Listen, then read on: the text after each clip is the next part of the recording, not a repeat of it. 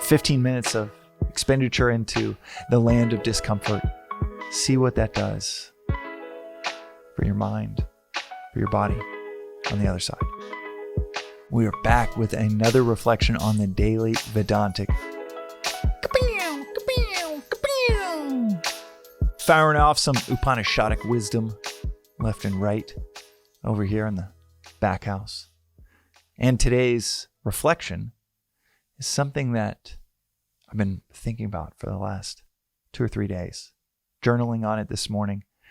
And it's a beautiful but non-obvious correlation between comfort and energy.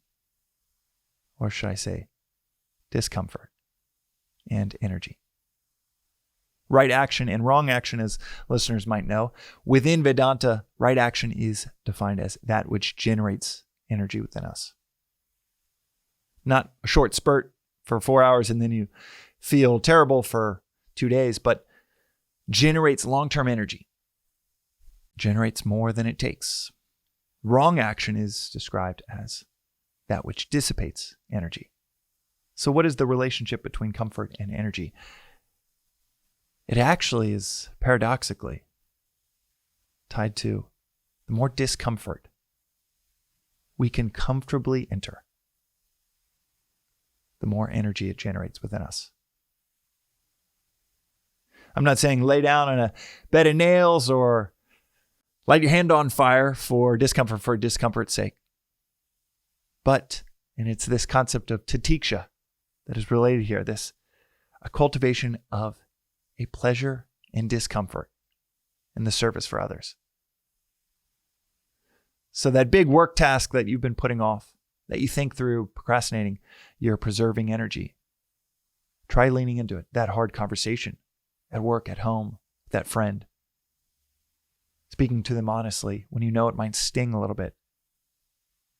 That honest conversation where you want to hear the honest feedback from a friend or a coworker, where you say, I really want to hear a brutal, honest truth. Please don't soften it. Don't sugarcoat it.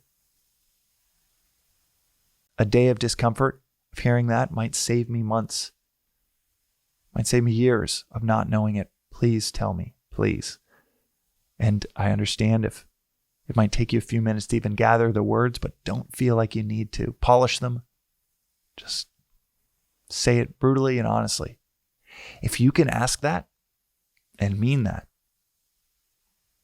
you might hear something that stings for 3 minutes, but that will generate immense energy within you.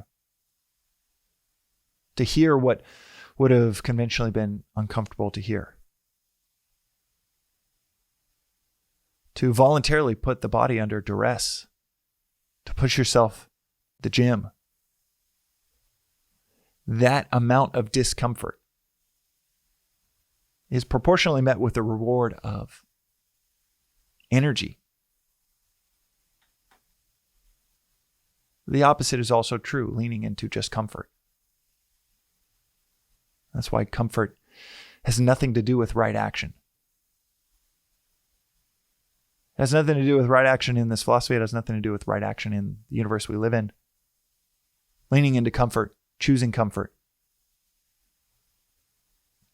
Go to the beach for 3 weeks straight.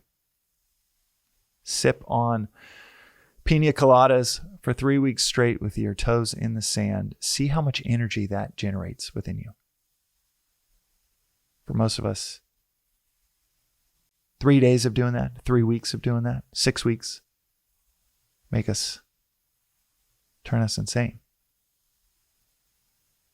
It would destroy our energy. It would dissipate that energy to where it's like just deciding to sleep on the couch for 18 hours. Sit on the couch, something that's so comfortable. In the first 90 seconds, sit there for 18 hours straight and see if it generates energy within you.